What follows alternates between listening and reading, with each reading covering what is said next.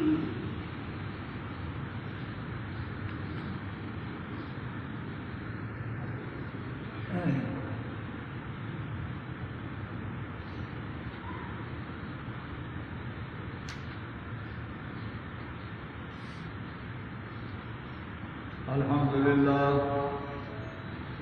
لله الذي لا ضد له ولا ند له، والصلاة والسلام على من بعث بالدليل الذي فيه شفاء لكل عليم، وعلى آله وأصحابه الذين هم مقدمات الدين وحجج الهداية واليقين.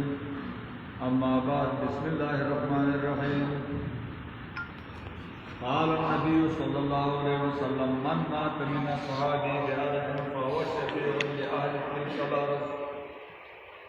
وقال النبي صلى الله عليه وسلم: من أحب صحابي وأزواجي وأحبابي وأهل بيتي ولم يطعن في أحد منهم وخرج من الدنيا على محبتهم كان معي في درجتي يوم القيامة. یہ میں نے آپ کے سامنے دو حدیث پڑھی.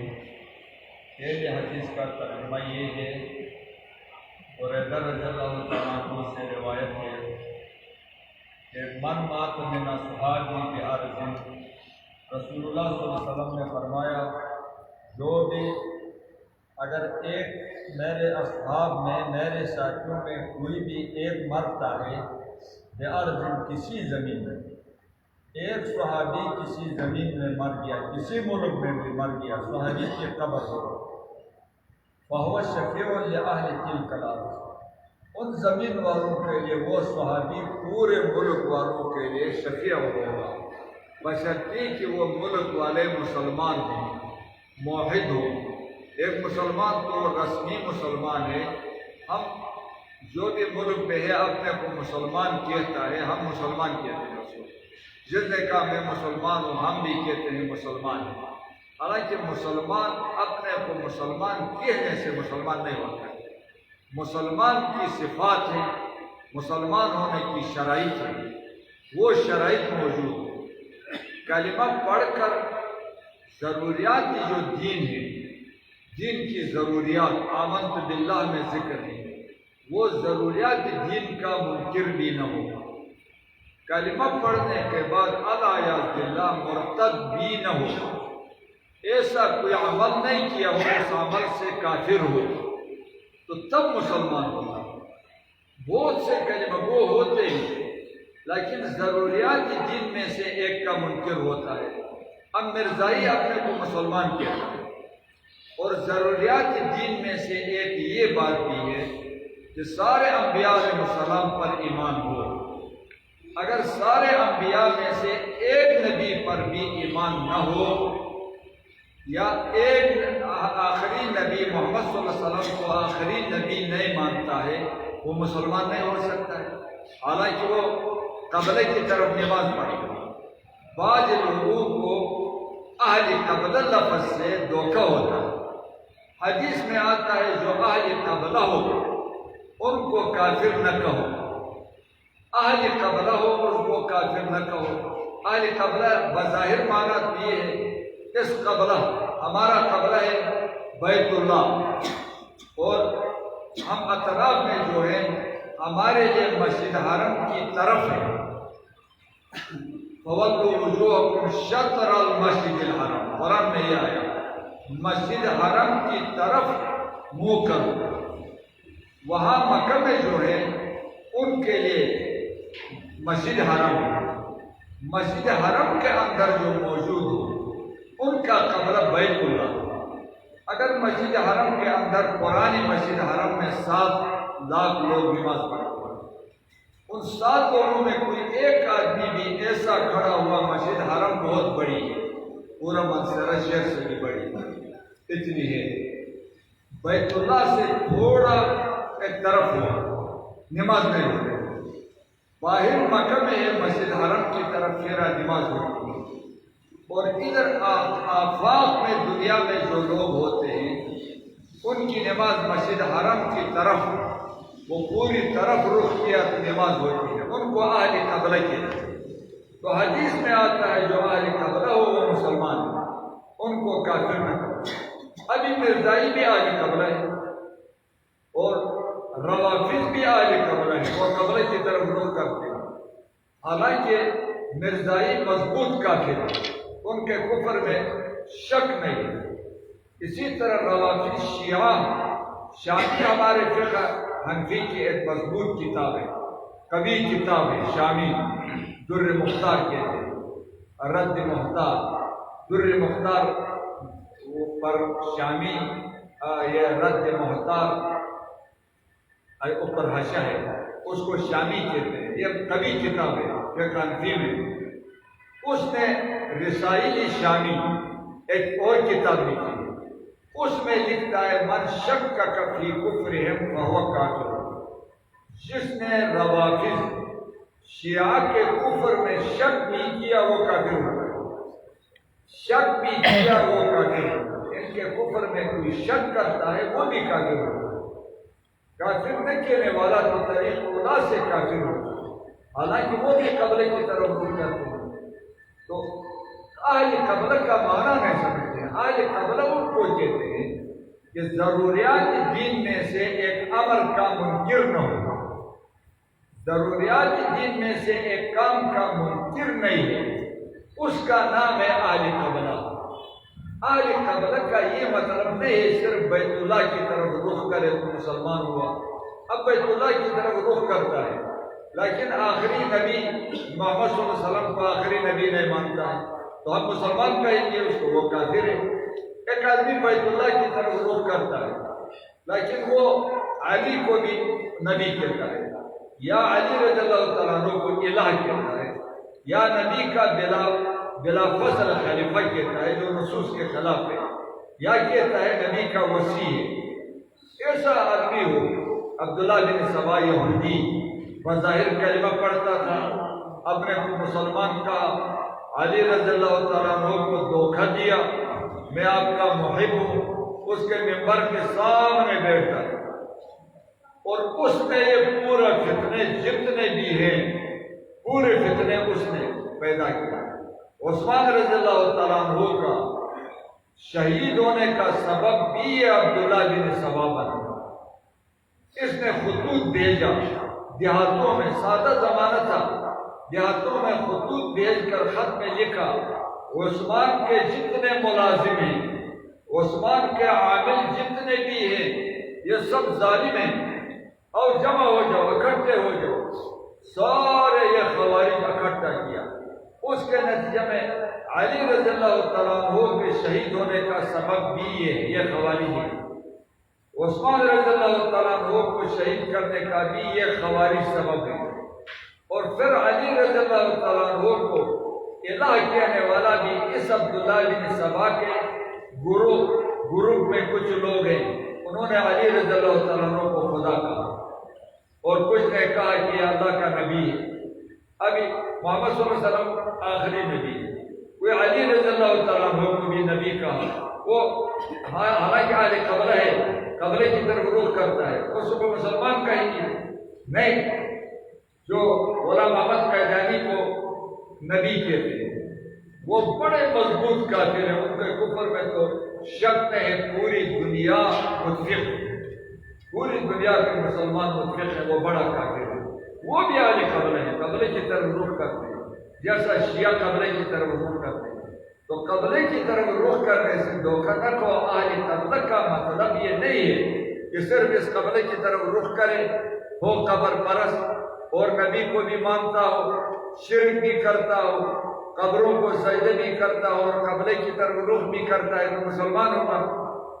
ایک بت کو سجدہ کرتا ہے اور قبلے کی طرف رخ کرتا ہے، ایک ولی کی قبر کو سجدہ کرتا ہے اور قبلے کی طرف رخ کرتا ہے، ایک اللہ کی ساری صفات نبی کو ثابت کرتا ہے، نبی کو بھی عالم الغیب کہتا ہے، عالم الغیب کہتا ہے اور قبلے کی طرف رخ کرتا ہے، تو ہم مسلمان کہیں گے لیکن مسلمان نہیں ہوتا ہے۔ اہل قبلہ کا یہ مطلب ہے، اہل قبلہ ان لوگوں کا نام ہے جو دین میں جتنی ضروری باتیں ہیں وہ ساری ضروری باتوں کو ماننے والے کو اہل قبلہ کہتے ہیں۔ اگر ضروری باتوں میں ایک بات کا منکر ہو، اگرچہ وہ قبلے کی طرف نہیں جا کر مسجد حرم میں بیت اللہ بیت اللہ کے ساتھ سر لگا کر بھی سجدہ کرے، لیکن دین میں جو ضروری باتیں ہیں ان میں سے ایک بات کا بھی منکر ہو، مسلمان نہیں۔ اب توحید کا منکر ہو، ساری فقہ کی کتابوں میں لکھا ہے، کوئی نکاح پڑھاتا ہے اور نکاح میں گواہ نہیں، اللہ اور رسول کو گواہ بنا کر نکاح پڑھایا، اللہ تو حاضر ناظر ہے، گواہ ہوا، نبی کو بھی گواہ بنایا، تو کہتے ہیں یہ نکاح پڑھانے والا کافر ہوا، اور نکاح بھی نہیں ہوا۔ کیوں کافر ہوا؟ اس نے اللہ اور رسول کو گواہ بنایا نکاح میں۔ اللہ تو عالم الغیب ہے، حاضر ناظر ہے، رسول عالم الغیب نہیں تھا، اس نے رسول کو بھی حاضر ناظر سمجھا، اس نے رسول کو بھی عالم الغیب سمجھا، اللہ کی ایک صفت رسول کو ثابت کی، وہ کافر ہے اگرچہ قبلے کی طرف رخ کرتا ہے۔ تو رسول اللہ صلی اللہ علیہ وسلم نے فرمایا جس زمین میں ایک صحابی مرتا ہے، جس ملک میں، وہ پورے ملک میں مسلمانوں کے لیے، میں نے مسلمان کی اس میں کہا کہ مسلمانوں کے لیے وہ شفیع ہوگا، غیر مسلم کے لیے شفاعت نہیں، مسلمان ہو گناہگار ہو اس کے لیے شفاعت ہے، نبی بھی شفیع ہے، صحابی بھی شفیع ہے، عالم بھی شفیع ہے، قاری بھی شفیع ہے، پڑوسی بھی شفاعت کرتا ہے، مہمان بھی شفاعت کرتا ہے۔ اس لیے حدیث میں آتا ہے کہ اپنا کھانا اپنا مال متقی لوگوں کو کھلاؤ، لا تاکل طعامک الا تقی، آپ کا کھانا نہ کھائے مگر متقی آدمی، صالح لوگوں کو کھانا کھلاؤ، کیونکہ مہمان شفیع ہوتا ہے، صالح ہو تو وہ شفاعت کرے گا۔ ایک بدماش ڈاکو چور کو کھلایا، وہ اپنے کو نہیں بچا سکتا ہے، آپ کی کیا شفاعت کرے گا؟ تو صحابہ شفیع ہوگا اس زمین کے لیے۔ دوسرے حدیث کا ترجمہ یہ ہے، رسول اللہ صلی اللہ علیہ وسلم نے فرمایا من احب اصحابی، جس نے میرے صحابہ کے ساتھ محبت رکھی، جس کے دل میں صحابہ کی محبت ہے اور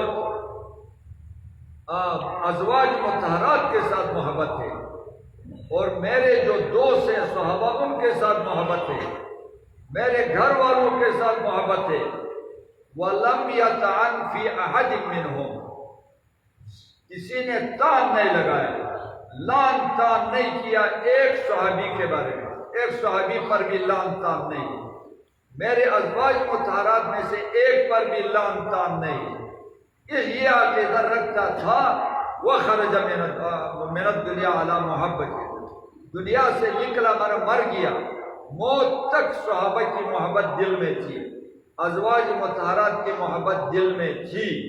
تو رسول اللہ صلی اللہ علیہ وسلم نے فرمایا کان معی فی درجتی یوم القیامہ، وہ قیامت کے دن میرے ساتھ ہوگا، میرے درجے میں ہوگا، کیوں؟ صحابہ کی محبت، ازواج مطہرات کی محبت ان کے دلوں میں، اس کے دل میں ہے، یہ جنتی ہونے کے لیے سبب ہے۔ ایک صحابی جس ملک میں صحابی کی قبر ہو، وہ پورا ملک کے مسلمانوں کے لیے، مشرک کے لیے نہیں، بدعتی کے لیے نہیں، جو اور نبوت ماننے والوں کے لیے نہیں، جو صحابہ کو کافر کہنے والوں کے لیے نہیں، مسلمانوں کے لیے وہ شفیع ہوگا۔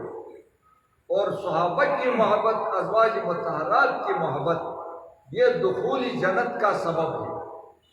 اب آتے ہیں اس زمانے میں وہ عبداللہ بن سبا، یہ یہودی تھا، پکا یہودی، اور یہود ایسی سازش بہت کرتے تھے، یہودیوں کا پکا وہ ہے، یہ طریقہ ہے، کسی اور کا مذہب خراب کرنے کے لیے بڑی قربانی دیتے تھے۔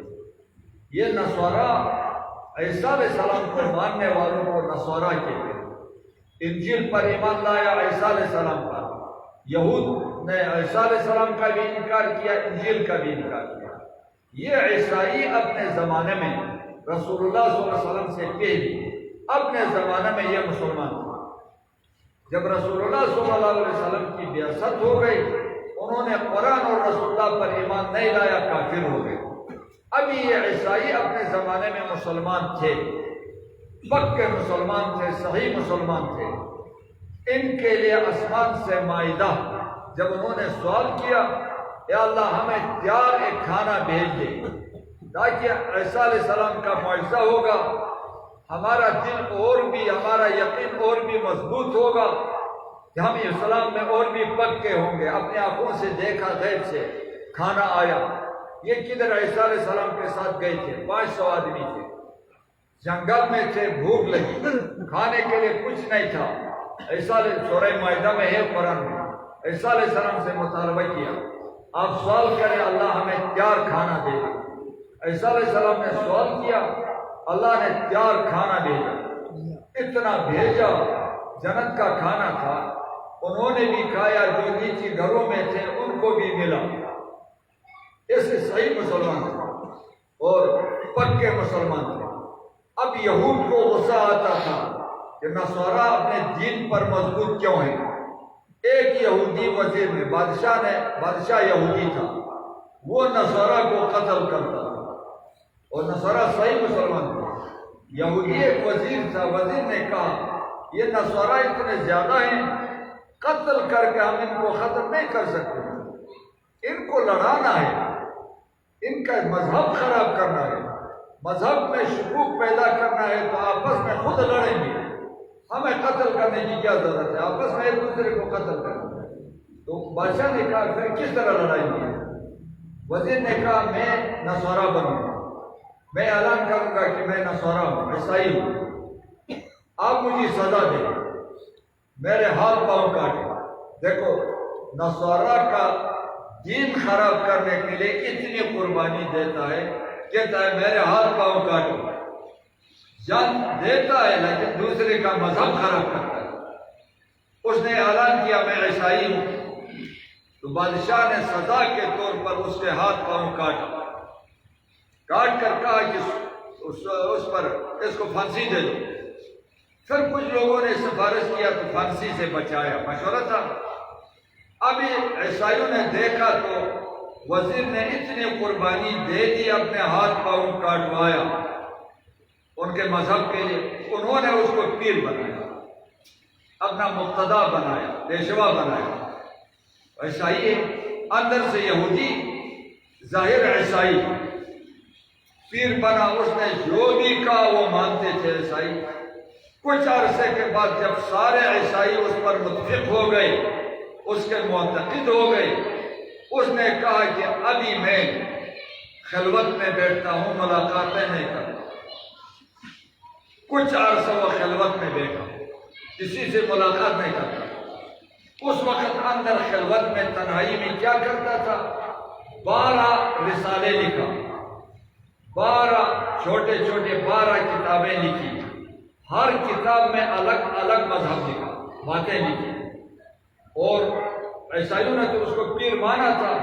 پھر عیسائیوں کا ایک بڑے کو بلایا، کہا کہ آپ میرے وسیع ہیں، میرے بعد صحیح مذہب میں نے لکھا ہے، اس کتاب میں ہے، اس پر عمل کرنا ہے، آپ میرے خلیفہ ہیں، لیکن کسی کو بتانا نہیں ہے۔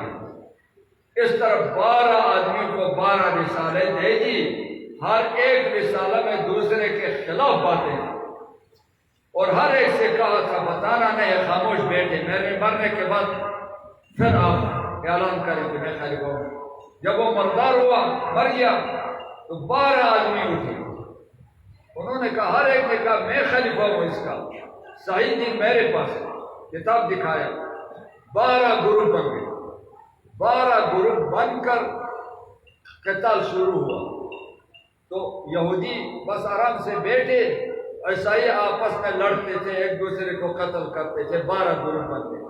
انجیل کے بھی 11 مسائل، وہ ایسا پھنسا۔ یہ عبداللہ بن سبا بھی اسی طرح کا یہودی ہے۔ اس یہودی نے کلمہ پڑھ لیا، اور دل میں یہ تھا کہ مسلمانوں میں اختلاف، افتراق، انتشار پیدا کرنا ہے، ان کو لڑانا ہے، اور اس نے کلمہ پڑھ کر علی رضی اللہ تعالیٰ عنہ کا دوست بن گیا، اس کے ممبر کے سامنے بیٹھتا تھا۔ شیعہ کہتے ہیں علی مشکل کشا ہے، عالم الغیب ہے، کوئی کہتا ہے نبی ہے، کوئی کہتا ہے خدا ہے، یہ مختلف باتیں۔ اس کو پتہ نہیں تھا میرا دشمن میرے سامنے بیٹھتا، دشمن سامنے بیٹھتا تھا، علی رضی اللہ تعالیٰ عنہ کو پتہ نہیں تھا کہ یہ میرا بھی دشمن ہے، اسلام کا اور مسلمانوں کا دشمن ہے۔ اس نے جماعت بنائی، خطوط بھیج کر ایک گروپ بنایا بڑا. اس گروپ میں پھر مختلف لوگ ہو گئے، یہ شیعہ بھی پیدا ہو گئے، علی کو خدا کہنے والے بھی. اس نے صحابہ کو لڑایا. جنگ کی صحابہ میں جنگ جمل، جنگ صفین علی رضی اللہ تعالیٰ عنہ اور معاویہ رضی اللہ تعالیٰ عنہ کے درمیان ہے. ابھی کتابوں میں بھی یہ لکھ رہے ہیں، لوگوں کے ذہن میں بھی یہ ہے علی اور معاویہ نے لڑائی کی. در حقیقت لڑائی صحابہ نے نہیں کی. یہ عبداللہ بن سبا تھا. عبداللہ بن سبا نے لوگوں کو ابھار کر عثمان رضی اللہ تعالیٰ عنہ کو شہید کیا. علی اور معاویہ کا اختلاف اقتدار کا نہیں تھا.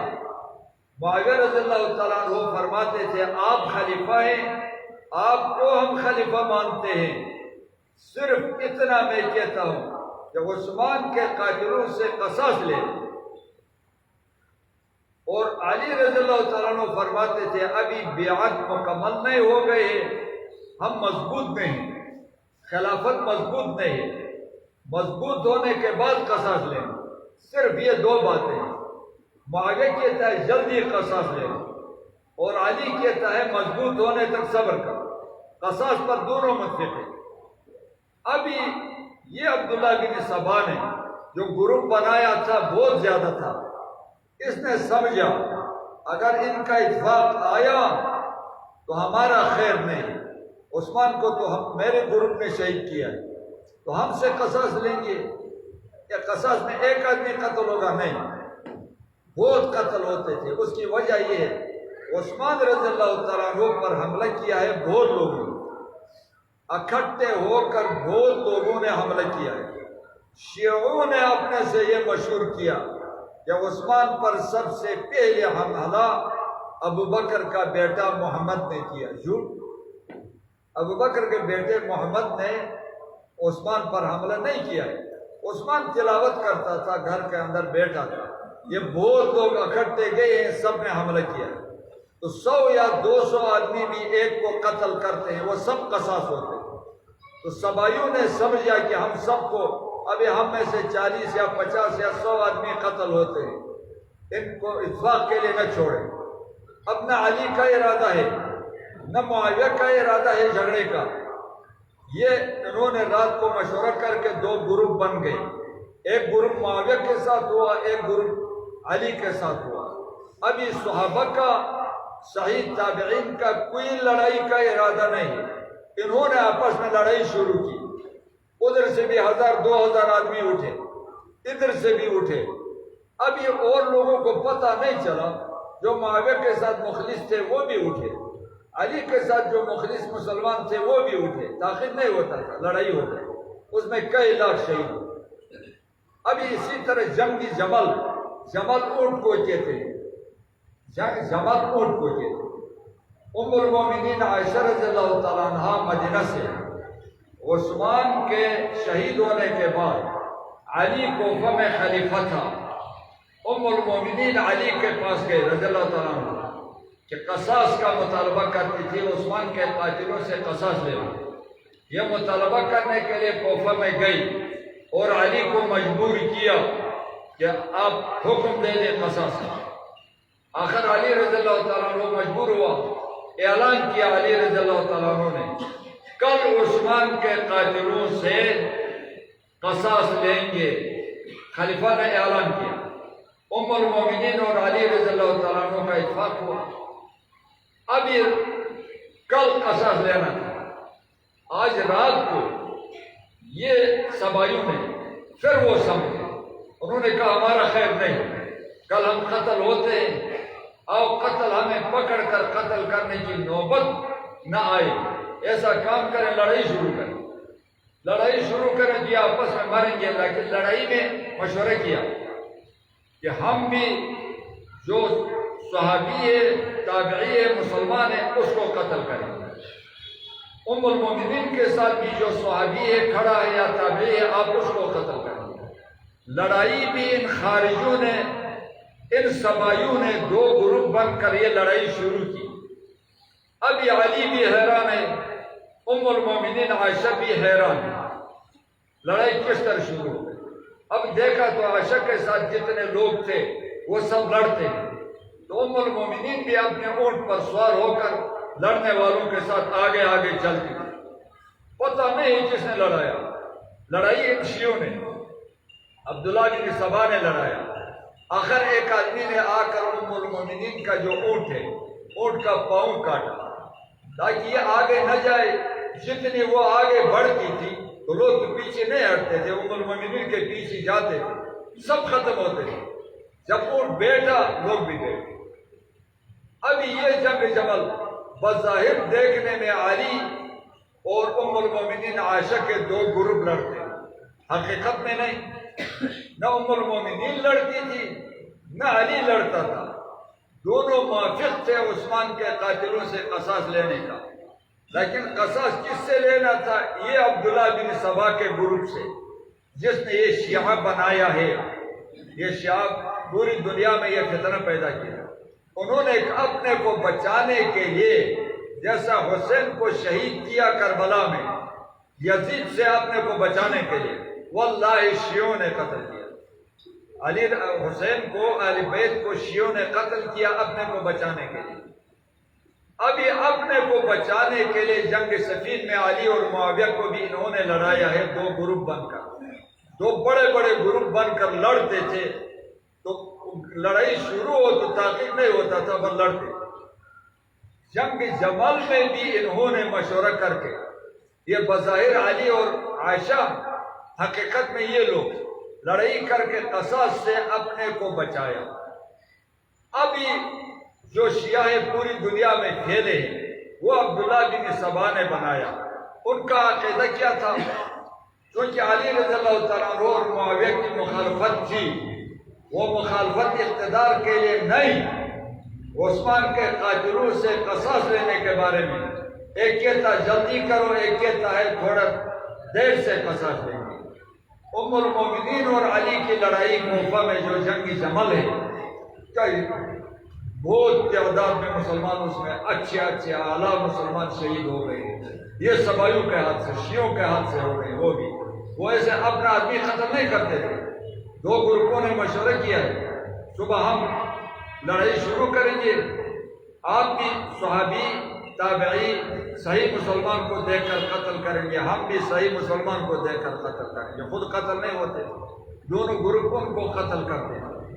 ابھی ام المومنین بظاہر علی کے مقابلے میں، تو یہ ام المومنین کے دشمن ہوگا۔ پوری دنیا کے شیعہ ام المومنین عائشہ رضی اللہ تعالیٰ عنہا کو العیاذ باللہ کفر نقل کرنا کفر نہیں، یہ فاحشہ کہتے ہیں۔ اور یاد رکھیں، جس نے ام المومنین عائشہ کو فاحشہ کہا، جیسا منافقین نے بہتان لگایا تھا عبداللہ بن ابی بن سلول نے، امام مالک کہتا ہے من سب عائشہ قتلہ، عائشہ کو جس نے برا بلا کہا واجب القتل، قتل۔ اور ام المومنین کو برا بلا کہتا ہے، جو فاحشہ کہتا ہے العیاذ باللہ، وہ قرآن کا منکر ہے۔ اور سلف صالحین میں بہت سے ایسے شیعوں کو مسلمانوں نے قتل کیا ہے۔ کیوں؟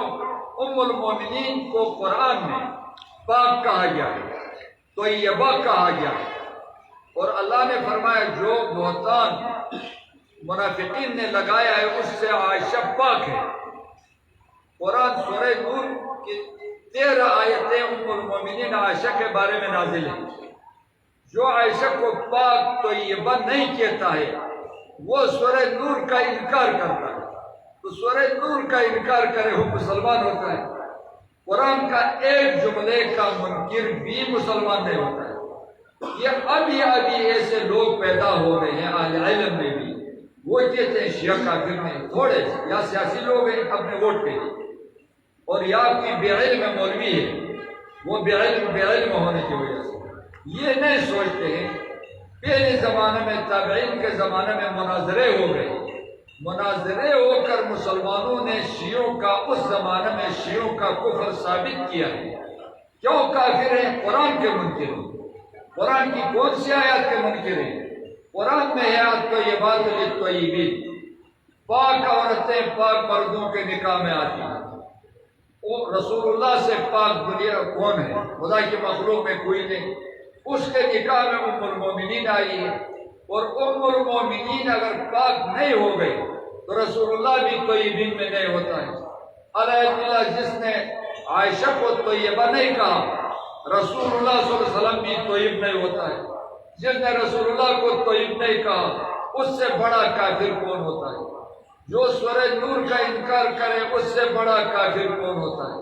اب ام المومنین عائشہ کو یہ گالیاں دینا ثواب سمجھتے، ابو بکر کو گالیاں دینا ثواب سمجھتے، عمر کو، عثمان کو، بلکہ سارے صحابہ کو گالیاں دینا ثواب سمجھتے۔ ایک پہلے انگریز کی حکومت تھی اس ملک میں، ایک انگریز جج نے ایک فیصلہ میں شیعہ اور سنی کے فیصلہ میں لکھا ہے، شیعہ اور سنیوں کا جھگڑا ہوا، شیعہ نے ام المومنین عائشہ کو گالیاں دی، صحابہ کو گالیاں دی، مسلمانوں نے اس کو قتل کیا۔ کیس لگا تو انگریز جج انگریز ہے، اس نے کہا کہ شیعوں کو آپ گالیاں کیوں دیتے؟ انہوں نے کہا یہ ہمارا مذہب ہے، صحابہ کو گالیاں دینا، ام المومنین عائشہ کو گالیاں دینا، یہ ہمارا مذہب ہے، اور مذہب پر پابندی نہیں، مذہب پر پابندی نہیں، یہ تو انگریز کے قانون میں بھی مذہب پر پابندی نہیں، اپنا مذہب پر ہر ایک عمل کر سکتا ہے۔ اس وقت علماء دیوبند موجود تھے، دیوبند کا ایک عالم عبد الشکور اس کا نام تھا، وہ کیس میں پیش ہوتا تھا، اس سے پوچھا گیا تم نے کیوں قتل کیا شیعہ کو؟ اس نے کہا یہ ہمارا مذہب ہے، جو ام المومنین عائشہ کو گالیاں دے، جو قرآن کا انکار کرے، جو صحابہ کو کافر کہے، ہمارا مذہب یہ ہے اس کو قتل کرنا۔ جس طرح انہوں نے شیعوں نے اپنا مذہب پر عمل کیا، صحابہ کو گالیاں دینا ان کا مذہب ہے، تو صحابہ کو گالیاں دینے والے کو قتل کرنا یہ میرا مذہب ہے، تو مذہب پر پابندی نہیں ہے تو میرے اوپر بھی پابندی نہیں۔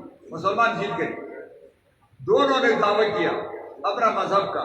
پھر وہ انگریز نے، جج نے فیصلہ میں آخر میں لکھا ہے، میں نے نہیں دیکھا ہے، اپنے اکابر اساتذہ سے سنا ہے جنہوں نے وہ فیصلہ دیکھا ہے، اس انگریز نے لکھا ہے دنیا میں ایک قوم بھی ایسی نہیں ہے، دنیا میں کافر مسلمان سب رہتے ہیں، خدا کے منکر دہری بھی بہت ہیں، بت پرست بھی بہت ہیں، لیکن کسی کے مسلک میں، مذہب میں گالیاں دینا عبادت نہیں۔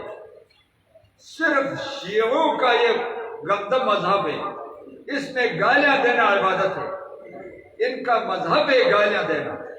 انہوں نے باقاعدہ انگریز کی عدالت میں کہا صحابہ کو گالیاں دینا ہمارا مذہب ہے، مسلمانوں نے کہا صحابہ کو گالیاں دینے والے کو قتل کرنا یہ ہمارا مذہب ہے۔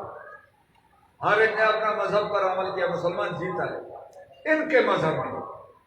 اس لیے کہتے ہیں، پچھلے جمعہ میں بھی میں نے آپ کو سنایا کہ شعبی کہتا ہے، شعبی بہت بڑے اکابر تابعین میں سے ہے، صحابہ کا شاگرد، وہ کہتا ہے کہ یہود نصارہ سے شیعہ برا ہے، یہود اور نصارہ سے شیعہ برا ہے، مسلمان ہونا تو دور کی بات ہے، کافر تو ہے لیکن کس درجے کا کافر ہے؟ سارے کافر ایک درجے کے نہیں ہیں، سب سے برا کافر فرعون ہے، وہ فرعون اور منافقین اور یہ شیعہ، یہ دوزخ کے سب سے نیچی طبقہ میں ہوتے ہیں، مطلب ان سے برا کافر کوئی ہے نہیں۔ تو یہ جو انگریز نے لکھا ہے، ان کے مذہب میں گالیاں دینا عبادت ہے، باقی دنیا میں کوئی مذہب نہیں۔ ایک شعبی نے کہا یہ یہود نصارہ سے برے ہیں، پھر لوگ بلا دلیل بات نہیں کرتے تھے، کیوں برے ہیں؟ اس لیے یہود نصارہ سے برے ہیں، یہود نصارہ اپنے نبی کے صحابہ کو گالیاں نہیں دیتے، یہود نصارہ اپنے نبی کی اہلیہ کو گالیاں نہیں دیتے، اور شیعہ اپنے نبی کے صحابہ کو کافر کہتے، گالیاں دیتے، اور شیعہ اپنے نبی کی اہلیہ کو برا بھلا کہتے ہیں، گالیاں دیتے ہیں۔ ایک نقیب رئیس کو کہتے ہیں، ایک رئیس تھا تب تابعین کے زمانے میں، کچھ مسلمان اس کے پاس مہمان ہو گئے، وہ علی رضی اللہ تعالیٰ عنہ کو ماننے والا تھا اس کے خاندان میں سے، اور اس کا غلام خدمت کرنے والا یہودی تھا، تو اس کے پاس یہ مہمان تھے، یہودی نے بہت خدمت کی غلام نے، تو یہودی سے کہا کہ آپ اس نقیب مسلمان ہے، وہ مسلمان سمجھتے، نقیب کا خادم ہو، رات دن اس کے ساتھ بیٹھتے ہو، یہ تو بہت بڑا آدمی ہے، آپ بھی اسلام قبول کیوں نہیں کرتے؟ اس نے کہا کہ میں اسلام قبول کرتا ہوں، مجھے پتہ چلا اسلام صحیح مذہب ہے، لیکن میرا آقا یہ جو نقیب ہے یہ اپنے نبی کے ساتھیوں کو کافر کہتا اور اپنے نبی کی اہلیہ میں بھی سب سے بہتر اہلیہ ام المومنین عائشہ کو گالیاں دیتا، تو میں پسند نہیں کرتا ہوں میں ایمان لا کر نبی کے صحابہ کو گالیاں دے دوں، گھر والی کو گالیاں دے دوں۔ انہوں نے اس نقیب سے پوچھا آپ ام المومنین کو برا بلا کہتے ہیں؟ اس نے کہا صحابہ کو بھی، کہا اس وجہ سے یہ غلام یہودی غلام اسلام نہیں لاتا، میں اسلام کیسا لاؤں کہ اگر نبی کے گھر والی کو گالیاں دینا ہو، صحابہ کو گالیاں؟ تو نقیب نے توبہ کی، اس نے کہا ایک میں گالیاں نہیں دوں گا، میرے توبہ ہے۔ یہودی نے کلمہ پڑھ کر اسلام قبول کیا، کہا صرف یہ معنی تھا، آج کے بعد آپ گالیاں نہیں دیں۔ ابھی ام المومنین عائشہ کو جس نے برا کہا وہ قرآن کا منکر ہے۔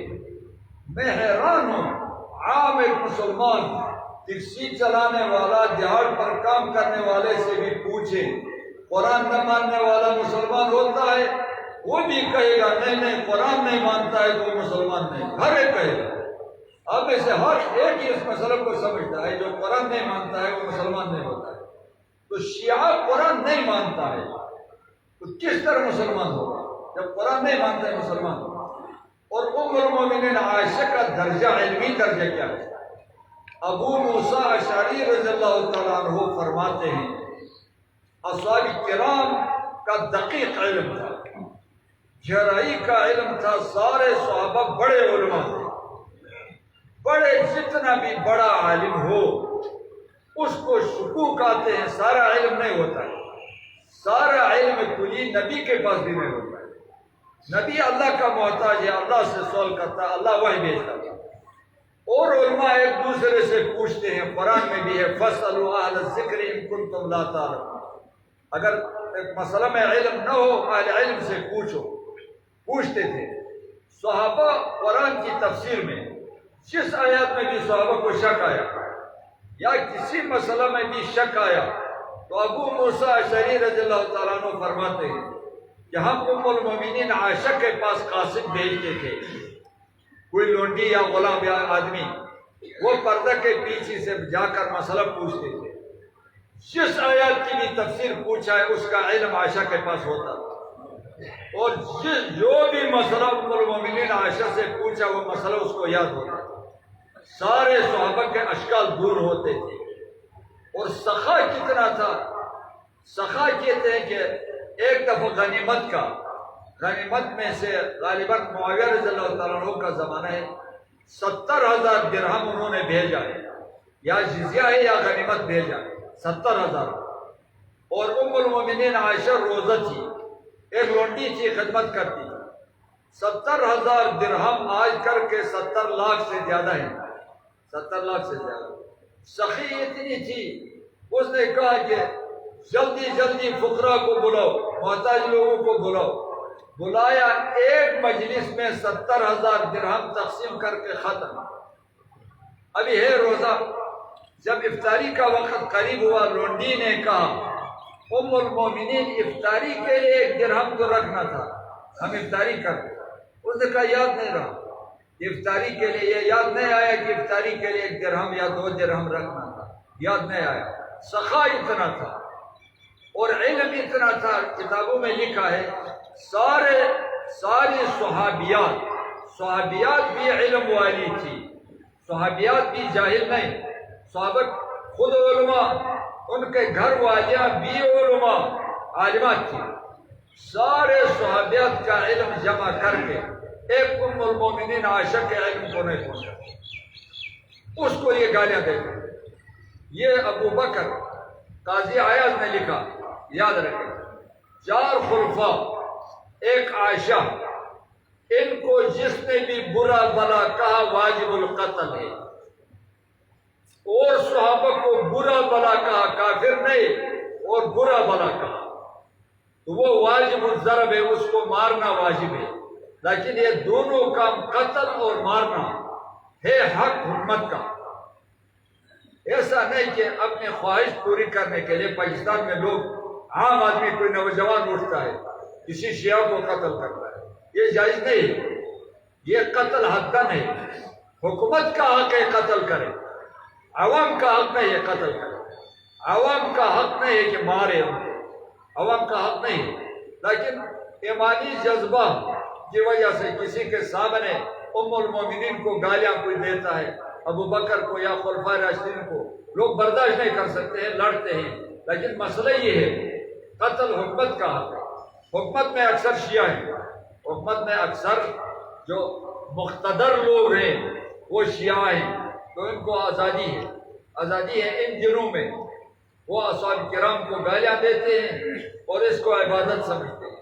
اور دنیا میں ایسا گندہ مذہب، میں نے کہا آپ کو، اور دنیا میں ایسا گندہ مذہب کوئی بھی نہیں ہے۔ اعمش ایک راوی ہے، وہ کہتا ہے ایک جنی مجھے ملا، جن، میں نے اس مرد کی شکل میں نے اس سے پوچھا، اس نے کہا میں جن ہوں مرد کی شکل میں۔ تو میں نے کہا ہم میں بہت فرقے ہیں، آپ کے جنات میں بھی بہت فرقے ہیں۔ اس نے کہا جتنے فرقے آپ انسانوں میں ہیں اتنے فرقے جنات میں بھی ہیں۔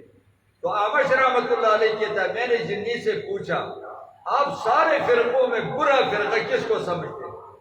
جنی نے کہا کہ ہم جنات سارے فرقوں میں برا فرقہ شیعہ کو سمجھتے ہیں۔ ان اخبثنا الشیعہ، ہم میں جو زیادہ خبیث ہیں وہ شیعہ ہیں، انسانوں میں بھی زیادہ خبیث ہیں وہ شیعہ ہیں، جنات میں بھی جو زیادہ خبیث ہیں وہ شیعہ ہیں۔ ان کے کفر میں شک کرے وہ بھی کافر ہوتا ہے۔ لیکن یہ ان کا یہ جلوس بھی بدعت ہے اور دیکھنا بھی بدعت ہے۔ آج ہے اصل 10 محرم آج ہے، لیکن وہ کل مناتے ہیں 10 محرم، اس میں سبیل تقسیم کرنا، اچھا کھانا پکانا، یہ سب شیعوں کے ساتھ مشابہت ہے۔ روزہ رکھنا سنت طریقہ ہے، اکثر لوگوں نے آج بھی روزہ رکھا ہے، کل بھی روزہ رکھتے ہیں، 2 روزے رکھتے ہیں، بڑا ثواب ہے۔ یہ ہے اچھا کھانا پکانا، چاول پکانا، سبیل تقسیم کرنا، کالے کپڑے پہننا اور شہادت کے قصے سنانا، یہ شیعوں کے ساتھ مشابہت ہے۔ ان کاموں سے اپنے کو بچائیں۔ وآخر دعوانا